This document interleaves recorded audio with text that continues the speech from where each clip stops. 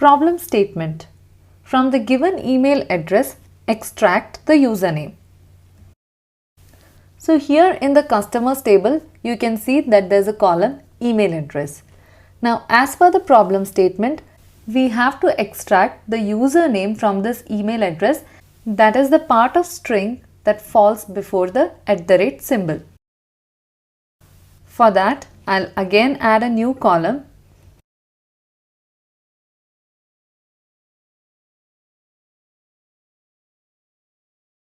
and I'll name this username,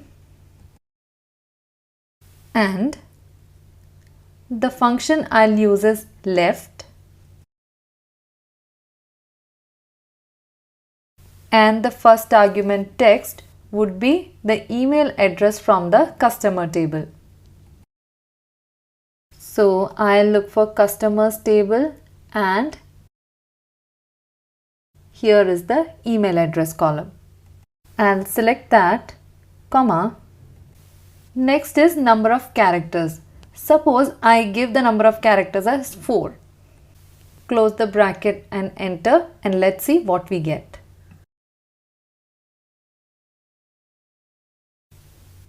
So here we have the output, and you can see that when I gave 4 as the number of characters, the function has extracted only the first 4 letters from the left hand side of the email address. So here you can see that this is the email address and the first 4 letters are SHAN, and that is what we have got as the username. But what we are actually looking for is the string till this @ symbol.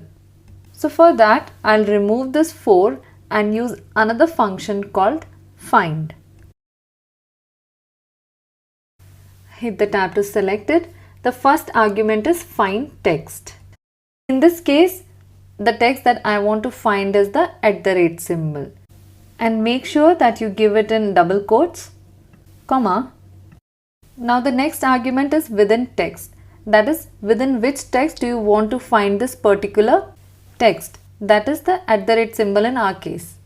So it is also the same column, which is customer email address. So select that.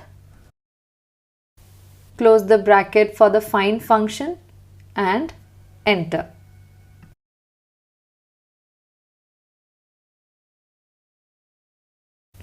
So now you can see that it has extracted all the characters till the @ symbol, which was given as the find text argument for the find function. And one thing that you should remember is that find function is case sensitive. So whenever you are using the find function to find an alphabet, make sure that you give the correct case of that particular alphabet. However, in our case, we gave a special character, which is the @ symbol. So there is no casing issue with that. Okay, now getting back to our output, what we are actually looking for is the string before the @ symbol. So we have to exclude that character from our output. So for that, what we can do is inside the left function, so you can see that the last bracket closes the left function. So inside that is inside the left function, I will add a -1. Now what this -1 will do is, it will remove the last character that has been extracted by the left function, which in this case is the @ symbol. So let us see the output. I'll hit enter.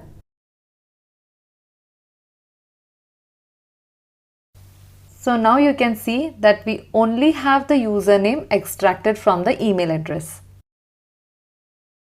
Now suppose you want to convert this username into uppercase, what you can do is you can use the upper function and apply it to the entire left function. So add upper to this left function. So I'll type in upper, and it needs just one argument, and as that we will provide the entire left function. So make sure that you open and close the bracket correctly and in correct places, else an error will be thrown and the computation would go wrong. So this entire left function, I am putting it inside the upper function. So whatever output the left function provides, all that will be converted to uppercase by this upper function.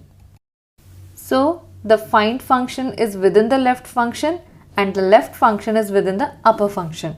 Hit enter. You can see all the characters under the username column are now converted to uppercase. Similarly, you can use the lower function to change the casing to lowercase. And just like we use the left function, you can use the right function to extract strings that are on the right side of an expression. So in this case, if we replace the left with the right, all the characters that fall on the right side of this @ symbol will be extracted. So for example, if you want to extract the domain name from an email address, you can use the right function in the same manner that we use the left function in this example. So how about you give it a try? And I'll see you with the next problem statement. In this section, we learned how to use the following text functions. Format. Converts a value according to the specified format. Combine values. Merges more than one text string along with the specified delimiter. Left or right. Returns the specified number of characters from the start or end of a string. Find. Returns the starting position of a text string within another text string. Upper or lower. Converts all characters in a text string to upper or lower case.